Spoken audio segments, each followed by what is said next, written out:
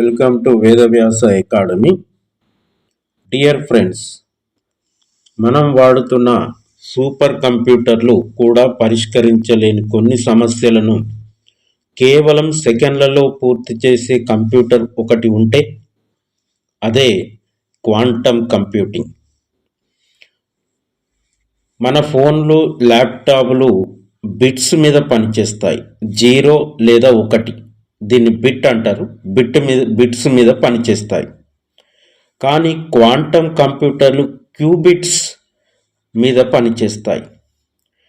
ఒక క్యూబిట్ ఒకే సమయంలో 0 మరియు 1 రెండు కాగలదు. దీన్నే సూపర్ పొజిషన్ అంటారు. అంటే ఇది ఒకేసారి కొన్ని వేల దారులను వెతుకుతుంది అన్నట్టు. సో ఈ టెక్నాలజీ వల్ల మన జీవితం ఎలా మారుతుంది? వైద్య రంగం ముందు చెప్పుకునేది వైద్య రంగం. కొత్త మందుల తయారీలో సాధారణ కంప్యూటర్లకు ఏళ్ళు పడుతుంది. క్వాంటమ్ కంప్యూటర్లు మాలిక్యూల్స్ ఎలా రియాక్ట్ అవుతాయో ఊహించి ప్రాణాంతక వ్యాధులకు త్వరగా మందులు కనిపెట్టగలవు. ఇక సైబర్ సెక్యూరిటీ విషయానికి వస్తే ప్రస్తుతం ఉన్న పాస్వర్డ్ ఎన్క్రిప్షన్ను ఇవి సులభంగా బ్రేక్ చేయగలవు. అందుకే మరింత సురక్షితమైన క్వాంటమ్ క్రిప్టోగ్రఫీని తయారు చేస్తున్నారు. ఇక వాతావరణ మార్పులు చూసినట్లయితే గ్లోబల్ వార్మింగ్ తగ్గించడానికి మరియు ఖచ్చితమైన వాతావరణ అంచనాల కోసం ఇది ఉపయోగపడుతుందని చెప్పవచ్చు. ట్రాఫిక్ అండ్ లాజిస్టిక్స్లో నగరాల్లో ట్రాఫిక్ సమస్యను తగ్గించడం లేదా డెలివరీ రూట్లను పర్ఫెక్ట్గా ప్లాన్ చేయడం దీనికి వెన్నతో పెట్టిన విద్య. మరి భారతదేశంలో దీని యొక్క డెవలప్మెంట్స్ ఎలా ఉన్నాయి? మన దేశం ఈ రేసులో ఎక్కడ ఉంది? క్వాంటమ్ మిషన్ NQM భారత ప్రభుత్వం సుమారు 6,000 కోట్లతో ఈ మిషన్ను ప్రారంభించింది. క్వాంటా 2026 ఇటీవల 2026 జనవరిలో భారత్ తన స్వదేశీ క్వాంటమ్ ఎకోసిస్టమ్ను బలోపేతం చేయడానికి సరికొత్త రోడ్ మ్యాప్ను కూడా ప్రకటించింది. క్వాంటమ్ వ్యాలీ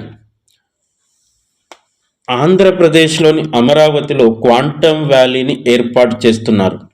ఇది భారతదేశ మొట్టమొదటి క్వాంటమ్ ఆపరేషన్ హబ్గా అవతరించబోతుంది. ఇక స్టార్టప్స్ విషయానికి వస్తే భారత్లో QNU ల్యాబ్స్ వంటి అనేక స్టార్టప్స్ క్వాంటమ్ కమ్యూనికేషన్ రంగంలో అద్భుతాలు సృష్టిస్తున్నాయి. సో ఫ్రెండ్స్, గ్లోబల్ కంపారిజన్ అంటే ప్రపంచ దేశాలతో పోలిక చూసుకున్నప్పుడు ప్రస్తుతము అమెరికాలో IBM మరియు గూగుల్ వంటి ప్రైవేట్ కంపెనీలు ఇప్పటికే 1000 క్యూబిట్స్ దాటిన కంప్యూటర్లను తయారు చేస్తున్నాయి. ఇక చైనా విషయానికి వస్తే వేగము మరియు పెట్టుబడి ప్రభుత్వం 15 బిలియన్ల కంటే ఎక్కువ ఖర్చు చేస్తుంది. ముఖ్యంగా క్వాంటమ్ కమ్యూనికేషన్ హ్యాక్ చేయలేని నెట్వర్క్స్లో చైనా ముందుంది. ఇక జపాన్ విషయానికి వస్తే ఖచ్చితత్వము, సూపర్ కంప్యూటింగ్ మరియు క్వాంటమ్ను కలిపి వాడడంలో జపాన్ నిపుణులు నిమగ్నమై ఉన్నారు. ఆప్టికల్ లాటిస్ క్లాక్స్ వంటి సెన్సార్లలో వీరు టాప్ పొజిషన్లో ఉన్నారు. సో ఫ్రెండ్స్, ఇండియాకు వస్తే రాబోయే శక్తి ఇప్పుడిప్పుడే పుంజుకుంటుంది. 2026 నాటికి స్వదేశీ ప్రాసెసర్లు మరియు కమ్యూనికేషన్ నెట్వర్క్లపై దృష్టి పెట్టింది. సో దీంట్లో ఉన్న సవాళ్ళు ఏంటి? క్వాంటమ్ కంప్యూటర్లు చాలా సెన్సిటివ్. వీటిని అత్యంత తక్కువ ఉష్ణోగ్రత వద్ద, అంటే అంతరిక్షం కంటే చల్లగా ఉంచాలి. ఇంకా ఎర్రర్స్ రేట్స్ ఎక్కువగా ఉంటాయి. సో ఫ్రెండ్స్, రాబోయే 10 ఏళ్లలో మన ప్రపంచం మనం ఊహించని విధంగా మారబోతుంది. ఇందులో భారత్ కూడా కీలక పాత్ర పోషించనుంది. సో మీరు ఏమనుకుంటున్నారు?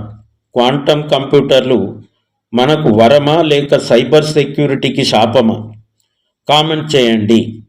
ఇలాంటి వీడియోల కోసం మా ఛానల్ను సబ్స్క్రైబ్ చేసుకోండి. జై హింద్.